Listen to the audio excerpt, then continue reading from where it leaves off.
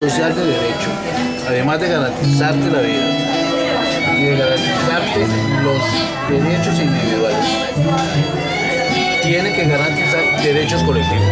El Estado Social de Derecho. Lo cual significa, tiene que garantizarte la vida, derecho fundamental. Pero la vida humana sin educación no es vida. ¿Ves? O sea, tú puedes vivir sin saber matemáticas, sin saber política y sin saber de arte, pero no es una vida que valga la pena vivirla.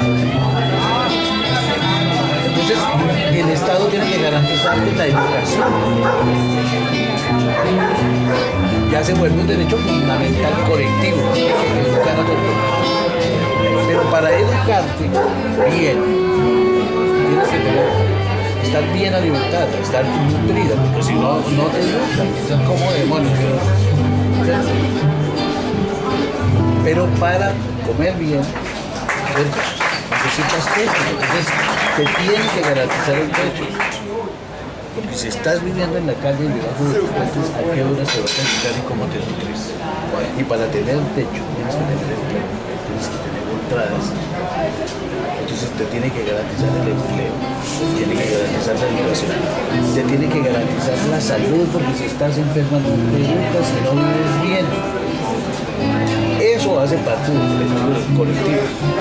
Pero hay otros derechos que ya no solamente son colectivos, sino que son de la humanidad. Y el Estado Social de Derecho, los Estados Sociales de Derecho, tienen que garantizar esos otros derechos. ¿Cuáles, por ejemplo? El derecho a vivir en paz. O sea, ¿qué demonios? ¿Cuántos conflictos hay justificados en este momento en el planeta? Hay miles de conflictos y justificados hay muy pocos. Y tú tienes el derecho a exigir poder vivir en paz y no vivir con las zozobras de que mañana te mueres. Tienes el derecho a exigir vivir en un desarrollo sostenible. Sostenible significa que el aire que respiras sea el aire que tu cuerpo merece. Muchos de nosotros vamos por la calle y no tenemos ni idea la cantidad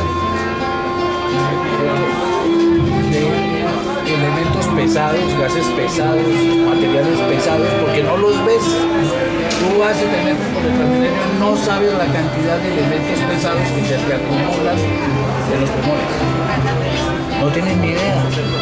La democracia participativa, entre otras cosas, serviría para que los ciudadanos averiguaran textualmente y le exigieran Ecopetrol, bueno, cuál es el tipo de diésel que se está produciendo acá.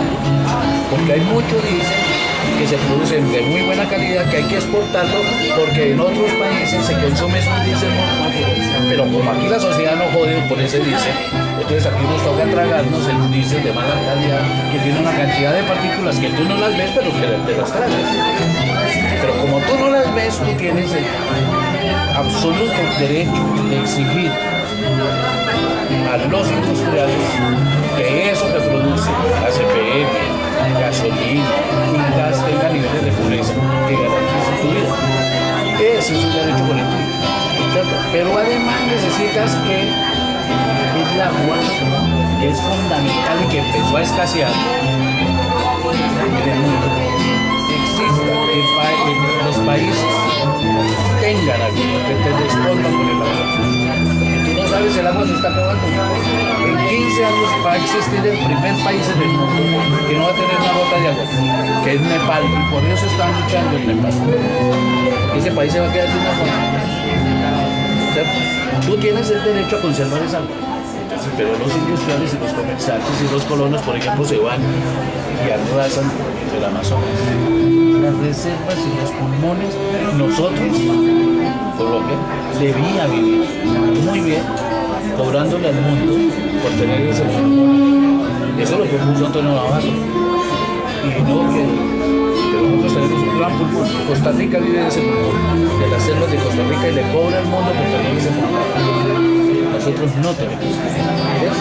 ¿Ves? Esos son los derechos fundamentales, y los derechos colectivos y los derechos de la humanidad. O sea, nosotros tenemos que exigirle, a pesar de que estemos lejos de Norteamérica, exigirle a los industriales norteamericanos que respeten el aire del planeta. Y todos somos planetarios, todos vamos en esta nave planetaria y es responsabilidad de todos nosotros, de los chinos, de los japoneses. Y la muestra de eso. ¿Te imaginas los Estados Unidos? Los Estados Unidos tienen 320 y algo centrales nucleares. Un terremoto grande en los Estados Unidos, cuando uno miramos esa energía, nos manda a todos a